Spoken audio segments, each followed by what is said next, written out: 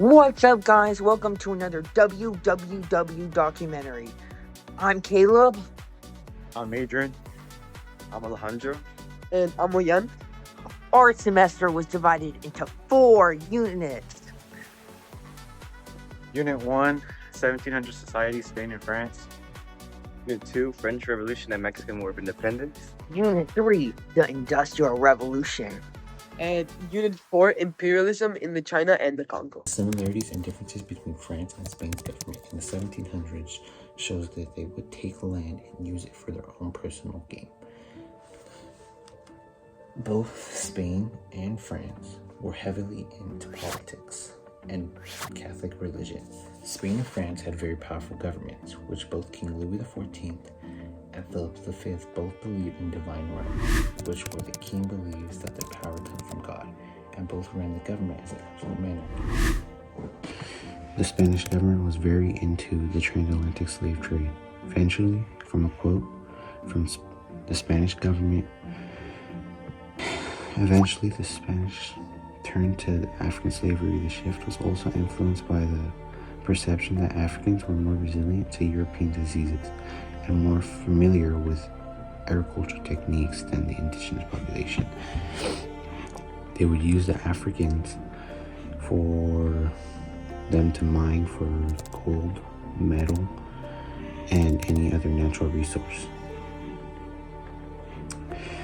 France had an estate system like Spain, but Spain ran theirs by the church,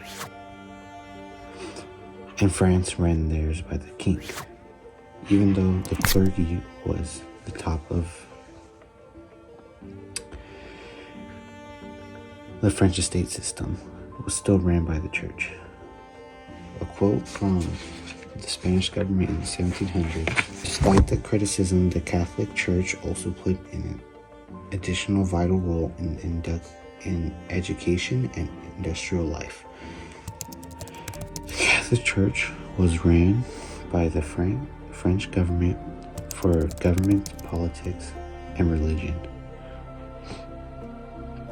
Both Spain and France had the same government, and they both thought and ran the same, which would lead to their eventual downfall in the revolutions. The second unit of the year is about the French Revolution and the Mexican War of Independence.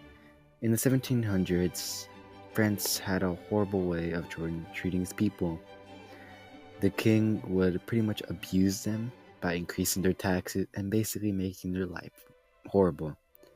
The French population was divided into 3 states, the first state being the church, second state being the king and his nobles, and third state being everyone else in France, which was the majority population of France.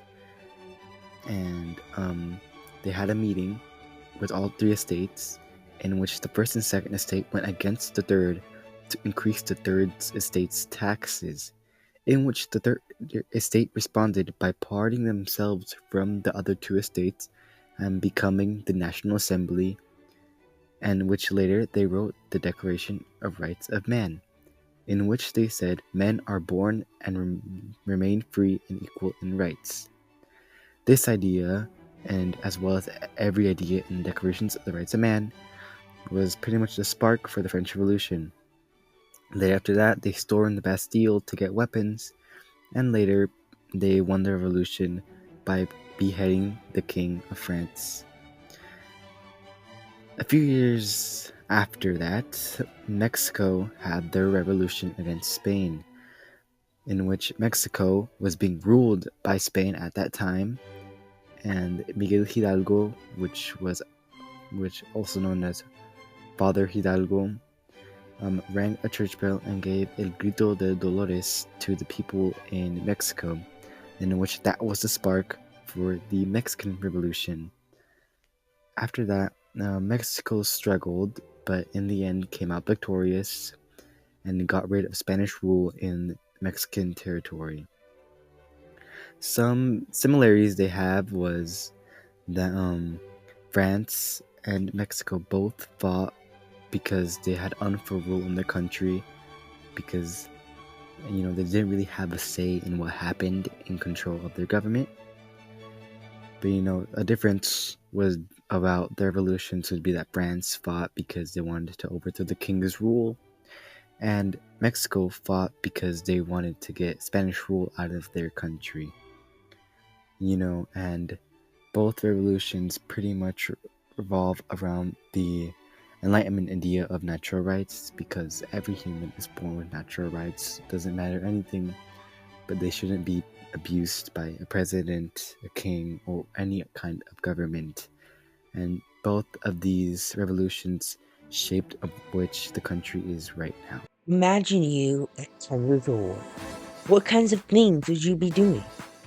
Maybe opening presents on Christmas morning, or playing sport, or maybe you enjoy doing a form of art. But imagine you, still 10, but 2 centuries earlier, unable to go to school because you're working 16 hours a day. Imagine being preferred as a worker because of your size. Due to industrialization, the lives of people in Britain were transformed through changes in technology, politics, and the environment, which led to child labor, unions, and urbanization. This was the Industrial Revolution. Beginning in 1750, there was a rapid advancement in the transition from making goods by hand to a rapid production of making goods with machinery. This led to factories being built and a sudden burst of job opportunity. Many of these workers who filled these new factory jobs were kids. Children were the preferred employee over adults because they were considerably cheaper and more optimal for working the factory machines. However, there was a problem, or rather, 2 problems.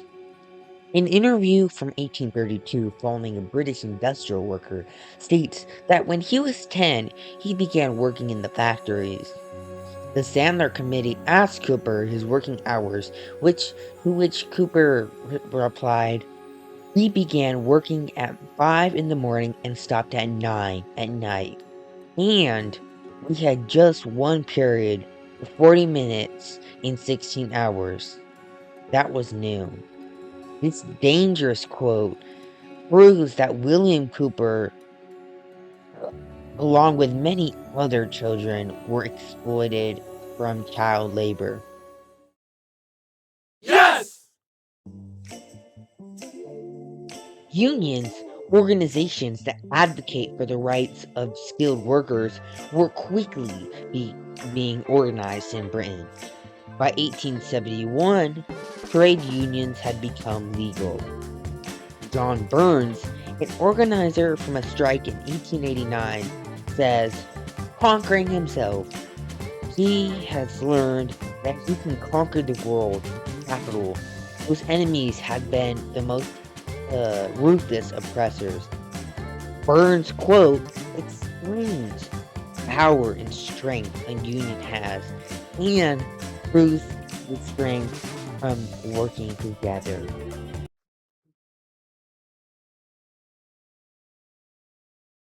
Final change was the growth of cities and urbanization, which means people moving from rural to urban areas.